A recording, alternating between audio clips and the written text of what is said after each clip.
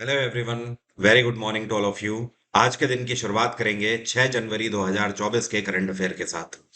और current affair की PDF static GK के साथ आप मेरे टेलीग्राम ग्रुप से डाउनलोड कर सकते हैं। मेरा टेलीग्राम का ऑफिशियल लिंक वीडियो के डिस्क्रिप्शन में सबसे ऊपर दिया हुआ है। तो आप ये एश्योर कर लें कि आपने मेरा ऑफिशियल टेलीग्राम ही ज्वाइन किया हो।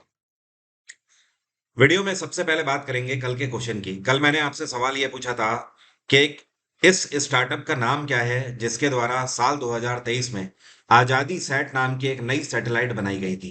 दरअसल इस सैटेलाइट को 750 स्कूल गर्ल्स ने मिलकर बनाया था। तो इसका सही आंसर है स्पेस किड्स इंडिया। ये जो स्पेस किड्स इंडिया नाम का जो स्टार्टअप है, ये चेन्नई एसोसिएटेड स्टार्टअप है। और इसमें इस पर्टिकुलर सैटेलाइट को लॉन्च करने के लिए इसरो ने अपना लॉन्चिंग व्हीकल इनको दिया था। और इसके अलावा इस पूरे प्रोजेक्ट को फंड किया था नीति आयोग ने। किसने? नीति आयोग ने। एक इंटरेस्टिंग बात और है, 750 स्कूल गर्ल्स में से 10 स्कूल गर्ल्स स्पेशली सिलेक्ट करी गई थी गवर्नमेंट स्कूल से। तो ये अपने आप में डाइवर्सिटी को बताता है कि हाँ, इस तरीके के जो प्रोग्राम्स हैं वो कहीं ना कहीं ऐसे मेधावी छात्रों को आगे आने का स्वर्ण अवसर देते हैं जो कि जीवन में कुछ कर जाना चाहते हैं अपनी पढ़ाई के आधार पर। और इस क्वेश्चन का आंसर सबसे पहले जिन 3 स्टूडेंट ने दिया है, तो उसमें सबसे पहले हैं कीर्ति, जिन्होंने सही आंसर दिया है। और कीर्ति के बाद एक स्टूडेंट है जिनका नाम है विभूति। इन्होंने भी सही आंसर दिया था सबसे पहले। और उसके बाद आयुष तीसरे नंबर पे है, जिन्होंने इसका सही आंसर दिया था। अब शुरू करेंगे आज के करंट अफेयर। अभी हाल ही में प्रधानमंत्री नरेंद्र मोदी लक्षद्वीप की ऑफिशियल विजिट पर थे। और वहां पर पीएम नरेंद्र मोदी ने कितने हजार करोड़ की नई परियोजनाएं लॉन्च करी हैं? तो पीएम नरेंद्र मोदी ने लक्षद्वीप के लिए 1156 करोड़ की नई परियोजनाएं लॉन्च करी हुई हैं। और इसके अंतर्गत एक स्पेशल चीज ये है कि कोची से लेकर लक्षद्वीप तक फाइबर ऑप्टिक कनेक्शन की जो लाइन है वो पूरी बिछाई जाएगी। मतलब कहने का, कोची से लेकर लक्षद्वीप तक हाई स्पीड इंटरनेट की फैसिलिटी भारत सरकार यहाँ पर प्रोवाइड करेगी। इतना ही नहीं, यहाँ पर कदमत में प्रधानमंत्री नरेंद्र मोदी ने एक डिसैलिनेशन, बोल सकते हो, thermal low temperature power plant भी स्थापित किया है। इस पावर प्लांट की मदद से डेली यहाँ पर 1.5 लाख लीटर पीने का पानी पैदा किया जाएगा। यहाँ पर पीने के पानी की समस्या है, इस वजह से इस प्लांट को यहाँ पर लगाया गया है। इसके अलावा प्रधानमंत्री नरेंद्र मोदी के द्वारा लक्षद्वीप के अंदर कावारती में एक नया सोलर प्लांट भी स्थापित किया गया है। और ये जो सोलर प्लांट होगा, ये बैटरी बैकअप बेस्ड होगा। तो एक तरीके से ये भारत का पहला ऐसा सोलर पावर प्लांट होगा जिसपे बैटरी का बैकअप भी होगा। मतलब इन केस मान लीजिए कि धूप नहीं निकल रही है कई दिनों तक, जैसे ठंड के मौसम में कई बार हो जाता है, तो उस केस में ये बैटरी बैकअप भी रखेगा। और लक्षद्वीप में अगर बात करें तो इस टाइम पे लेफ्टिनेंट गवर्नर हैं प्रफुल्ल पटेल। क्या नाम है इनका? प्रफुल्ल पटेल।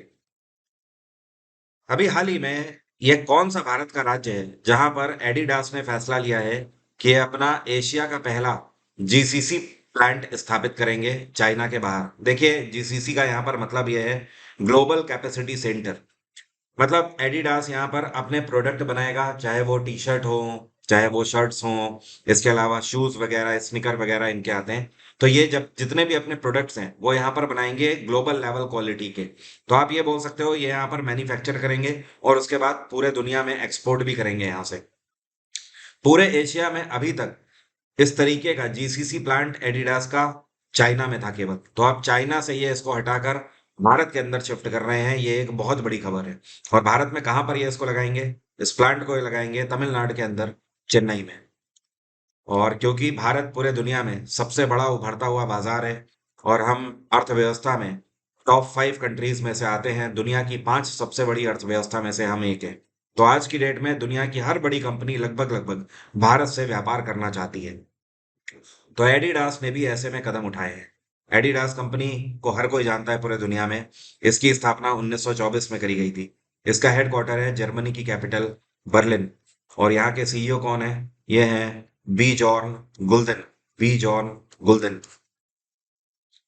और क्या बता सकते हो महाराष्ट्र में किसकी सरकार है? महाराष्ट्र में एम के स्टालिन की सरकार है। और यहाँ पे गवर्नर है R N Ravi. R N Ravi कुछ टाइम पहले नागालैंड के गवर्नर हुआ करते थे। ये कौन सा देश है जो कि यूरोप का पहला ऐसा देश बन गया है जो कि डिजिटल शेंजन वीजा लॉन्च कर रहा है? तो डिजिटल शेंजन वीजा को लॉन्च करने वाला ये देश है फ्रांस। अब देखिए डिजिटल शेंजन वीजा है क्या? ये एक तरीके से ऐसा वीजा होगा जो कि सीधे आपकी आईडी पर ही आपको दे दिया जाएगा, इसका प्रिंट आउट लेने की आपको जरूरत नहीं पड़ेगी।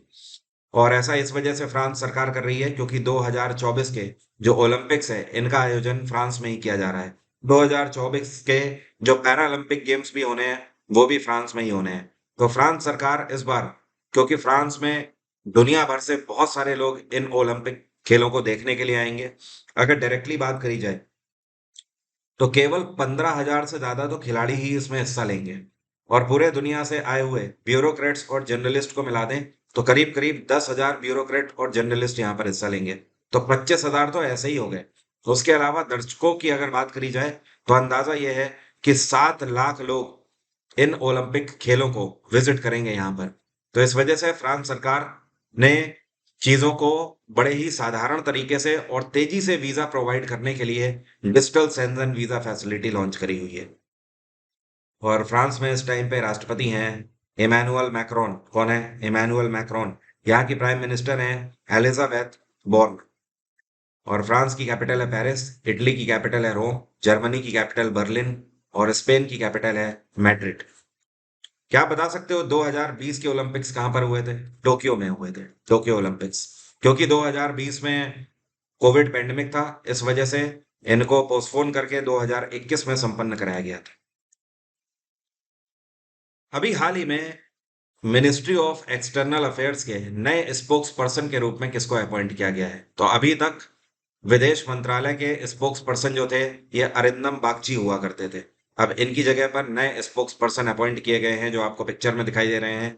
ये है रणधीर जायसवाल। कौन है? रणधीर जायसवाल। तो अब से ये पदभार संभालेंगे। अरिंदम बागची साल 2021 में अपॉइंट किए गए थे विदेश मंत्रालय के स्पोक्स पर्सन के रूप में। और जो विदेश मंत्रालय का स्पोक्स पर्सन होता है वो ये समझ लीजिए कि यूनाइटेड नेशंस में भारत के मैसेज को कन्वे करता है। इतना ही नहीं, दुनिया भर की जितनी भी अंतरराष्ट्रीय संस्थान है उन सब में ये भारत को रिप्रेजेंट करते हैं। एग्जाम्पल के तौर पर यूनिसेफ की चाहे आप बात कर लो, चाहे आप वर्ल्ड बैंक की बात कर लो, आईएमएफ की आप बात कर लो, या फिर इंटरनेशनल मॉनेटरी फंड की आप बात कर लो, या फिर FATF financial action task force हो गई। ठीक है, इस तरीके के आप किसी भी संस्थान की बात करो, चाहे डब्ल्यूएचओ हो गया, world health organization, WTO world trade organization, हर एक अंतरराष्ट्रीय संस्थान में जो विदेश मंत्रालय का स्पोक्स पर्सन होता है वो भारत सरकार का मैसेज कन्वे करता है। तो ये अपने आप में एक बहुत बड़ी पोस्ट है। आरईसी जिसको बोलते हैं रूरल इलेक्ट्रिफिकेशन कॉरपोरेशन, ये वो कंपनी है जो कि पूरे भारत भर में गांवों के अंदर बिजली देने का काम करती है। तो इन्होंने अभी हाल ही में कौन से बैंक के साथ पैक्ट साइन किया है? ये बैंक रूरल इलेक्ट्रिफिकेशन कॉरपोरेशन को फाइनेंसिंग, पावर और इंफ्रास्ट्रक्चर लॉजिस्टिक प्रोजेक्ट के मामले में लोन देने का काम करेंगे। तो ये बैंक है bank of Baroda. Bank of Baroda की स्थापना 1908 में करी गई थी। इसका हेडक्वार्टर है वडोदरा। और बैंक ऑफ बड़ौदा के इस टाइम पे सीईओ कौन है? ये है देवदत्त चंद। अब अगर आरईसी की हम बात करें तो इसकी स्थापना 1969 में करी गई थी। इसका हेडक्वार्टर है नई दिल्ली और इसके सीएमडी हैं विवेक कुमार देवगन, वी के देवगन। ये कौन है जिनको 2023 के Pubity sports men's athlete of the year के रूप में सम्मानित किया गया है? तो आप ये बोल सकते हो 2023 का Pubity sports men's athlete of the year award किसको दिया गया है? यह अवार्ड विराट कोहली को इस बार दिया गया है। और आपको जानकर अचंभा होगा कि दरअसल ये वोटिंग के दौरान ये फैसला लिया गया है। तो पूरे दुनिया भर में ये वोटिंग कराई गई है प्यूबिटी चैनल के द्वारा। प्यूबिटी का अपना खुद का एक स्पोर्ट्स चैनल है, तो उस चैनल के थ्रू इन्होंने वोटिंग कराई है। और इस वोटिंग में जो टॉप 4 प्लेयर थे मेंस कैटेगरी में अगर बात करें तो ये कौन कौन से थे आपको बता दूं। Virat Kohli, Lionel Messi, Novak Djokovic और फॉर्मूला 1 के खिलाड़ी मैक्स वर्स्टैपेन, जिन्होंने 2023 में लगभग सभी टाइटल जीते हैं। तो इन 4 खिलाड़ियों में विराट कोहली ने सबको पछाड़ते हुए नंबर 1 रैंक हासिल करी है। और फाइनल राउंड में विराट कोहली को अगर टोटल बात करें तो 78% वोट मिले और दूसरी तरफ लियोनल मेसी को केवल 22% वोट मिले। तो ये आपको जानकर अचंभा होगा कि विराट कोहली ने इंटरनेशनल लेवल पर लियोनेल मेसी को पछाड़कर यह अवार्ड इस बार जीता है। ये तो बात हो गई मेंस कैटेगरी में। अगर फीमेल कैटेगरी में बात करें, आपसे पूछा जा सकता है कि फीमेल कैटेगरी में puberty women's athlete of the year award किसको दिया गया है? तो इस बार ये स्पेनिश फुटबॉलर है, इनका नाम है आइताना बोनमाती। आइताना बोनमाती, ठीक है। इन्होंने भी 76% वोट हासिल किए हैं। और इन्होंने जिनको हराया है, यह अमेरिका के टेनिस खिलाड़ी हैं। इनका नाम आप लोगों ने सुना होगा, कोको गफ। तो कोको गफ को इन्होंने हराया है। गफ को 24% वोट मिले। ये कौन सा राज्य या फिर यूटी है जहां पर अभी हाल ही में ग्रीवेंस रेड्रेसल पोर्टल लॉन्च किया गया है, जिसका नाम रखा गया है आवाम से आवाम के लिए? तो ये जो नया पोर्टल है, इसको जम्मू कश्मीर में मनोज सिन्हा की सरकार के द्वारा लॉन्च किया गया है। ये एक नया पोर्टल इसलिए लॉन्च किया गया है कि इस पोर्टल के तहत आप गवर्नमेंट के किसी भी ब्यूरोक्रेट की शिकायत करना चाहते हैं तो आप कर सकते हैं। आप अपने फैसिलिटीज से जुड़ी हुई कोई शिकायत करना चाहते हैं, जैसे कि आपके क्षेत्र में राशन कार्ड नहीं कोई बनाने आ रहा है, या फिर आप डीएल के लिए अप्लाई कर रहे हैं, वो आपसे घूस मांग रहे हैं, या फिर आपके घर के आसपास पानी का जमाव है, या बिजली नहीं आ रही है कई दिनों से, या फिर इंटरनेट की फैसिलिटी नहीं अवेलेबल है, इस तरीके की कोई भी समस्या है, तो ग्रीवेंस रेड्रेसल पोर्टल लॉन्च किया गया है जिसका नाम है आवाम से आवाम के लिए। और इसको लॉन्च कराया गया है जम्मू कश्मीर के director general of police, DGP इस टाइम पे हैं आर आर स्वेन। क्या नाम है? आर आर स्वेन। इनके द्वारा लॉन्च किया गया है। अभी हाल ही में सरकार के द्वारा आधार बेस्ड ऑथेंटिकेशन मैंडेटरी कर दिया गया है। कौन से प्रोग्राम पेमेंट के लिए? तो भारत सरकार ने national rural employment guarantee scheme, जिसको बोलते हैं राष्ट्रीय ग्रामीण रोजगार गारंटी योजना, इसके अंतर्गत जितने भी लोग हैं और जो लोग काम कर रहे हैं, उनको अब तभी पेमेंट उनकी दी जाएगी जब वो आधार बेस्ड ऑथेंटिकेशन अपना पूरा करा चुके होंगे। मतलब वो अपना जो बैंक अकाउंट है, उसको अपने आधार नंबर से लिंक करा चुके होंगे, तभी उनका पेमेंट आएगा। आपको बता दूं, राष्ट्रीय ग्रामीण रोजगार गारंटी योजना जो है, इसके अंतर्गत हर एक गांव के अंदर लोगों को जॉब कार्ड बनाकर सरकार देती है। इस जॉब कार्ड में ही उनकी एंट्री होती है, और सरकार एक पूरे वर्ष भर में कुछ पर्टिकुलर दिनों के लिए इनको निश्चित रूप से कार्य देने का प्रावधान करती है। मतलब कहने का, सरकार ये वादा करती है कि आपको इतने दिन तो काम मिलेगा ही मिलेगा, इतनी आपकी इनकम मिनिमम होगी ही होगी। ठीक है। तो अभी तक इसके लिए अगर बात करी जाए, तो पहले ही गवर्नमेंट ने कह दिया था, सेंट्रल गवर्नमेंट ने, कि फरवरी 2023 तक सभी लोग ऐसा करा लें। लेकिन उसके बाद कई सारे राज्य सरकारों ने रिक्वेस्ट करी कि भाई अभी हमारे यहाँ पर पूरे लिंक नहीं हो पाए हैं, थोड़ा टाइम और दे दिया जाए। तो ऐसा करते करते 3 से 4 एक्सटेंशन और दिए गए। अब केंद्र सरकार ने 31 दिसंबर के बाद इसको मना कर दिया है पूरे तरीके से, और केंद्र सरकार का कहना है अब हम बिल्कुल भी एक्सटेंशन नहीं दे सकते हैं। 1 जनवरी 2024 से सिर्फ उन्हीं लोगों की पेमेंट आएगी राष्ट्रीय ग्रामीण रोजगार गारंटी योजना में जिनके आधार अकाउंट से लिंक होंगे, बाकियों की पेमेंट नहीं आएगी। वर्ल्ड ब्रेल डे कौन से दिन मनाया जाता है? ये दिवस जनवरी के महीने में चौथे दिन मनाया जाता है। मतलब 4 जनवरी को हर वर्ष वर्ल्ड ब्रेल डे के रूप में मनाया जाता है। अब ये ब्रेल है क्या, समझिए। दरअसल फ्रांस में एक व्यक्ति पैदा हुए थे 1809 में। इनका नाम था लुइस ब्रेल। ठीक है। लुइस ब्रेल के द्वारा एक नई लिपि इन्वेंट करी गई। इन्होंने एक नई भाषा बनाई, और ऐसे लोगों के लिए जो कि देख नहीं पाते हैं। अगर आप देख नहीं पाए तो फिर आप पढ़ कैसे पाएंगे? तो ऐसे ही लोगों के लिए इन्होंने कागज पे गुदाई करके ये भाषा बनाई, जिसमें अपना एक मतलब होता है, जिसे आप छू के समझ सकते हो कि जी लिखा हुआ है, एच लिखा हुआ है, आई जे के एल एम, इस तरीके से। तो ये भाषा जो है, ये भाषा उनके लिए होती है जो कि विजुअली इम्पेयर्ड होते हैं, जो कि देख नहीं सकते हैं। तो वो यहाँ पर छू के टच करके इसे पढ़ते हैं। तो उनके लिए अलग से किताबें आती हैं। अब ये जो भाषा है, ये इन्होंने बनाई, लुइस ब्रेल ने। इस वजह से इस लिपि का नाम ही इनके नाम पर रख दिया गया, ब्रेल लैंग्वेज। ठीक है। तो यूनाइटेड नेशंस के द्वारा ये 2019 में अनाउंस किया गया था कि अब से हर वर्ष 4 जनवरी को ब्रेल डे के रूप में मनाया जाएगा, क्योंकि 4 जनवरी को इनका बर्थडे होता। और इस बार 2023 की थीम रही empowering through inclusion and diversity. अभी हाल ही में भारत सरकार का स्मार्ट 2.0 प्रोग्राम लॉन्च किया गया है। ये प्रोग्राम किस पर फोकस करता है? तो इसको लॉन्च किया गया है आयुर्वेदा टीचिंग प्रोफेशनल्स के लिए। स्मार्ट 2.0 जो प्रोग्राम है, इसके अंतर्गत भारत सरकार ये चाहती है कि पूरे भारत भर में जितने भी हॉस्पिटल्स हो गए, ठीक है, या फिर जितने भी क्लिनिक हो गए, वहां पर आयुर्वेदा को प्रमोट किया जाए। इतना ही नहीं, जितने भी मेडिकल कॉलेजेस हो गए या बड़े गवर्नमेंट हॉस्पिटल हो गए, वहां पर लगातार इस तरीके के कैंपेन्स लगाए जाएं कि वहां के डॉक्टर्स को भी आयुर्वेदा की टीचिंग दी जाए। तो डॉक्टर्स को जब तक टीचिंग नहीं मिलेगी आयुर्वेदा, सिद्ध और यूनानी की, तब तक ये इसे प्रमोट कैसे कर पाएंगे। इस वजह से स्मार्ट 2.0 प्रोग्राम जो है, ये पूरे तरीके से आयुर्वेदा को समर्पित है। भारत में एलोपैथी दवाओं का यूज कम करना है और आयुर्वेदिक दवाओं का यूज ज्यादा करना है।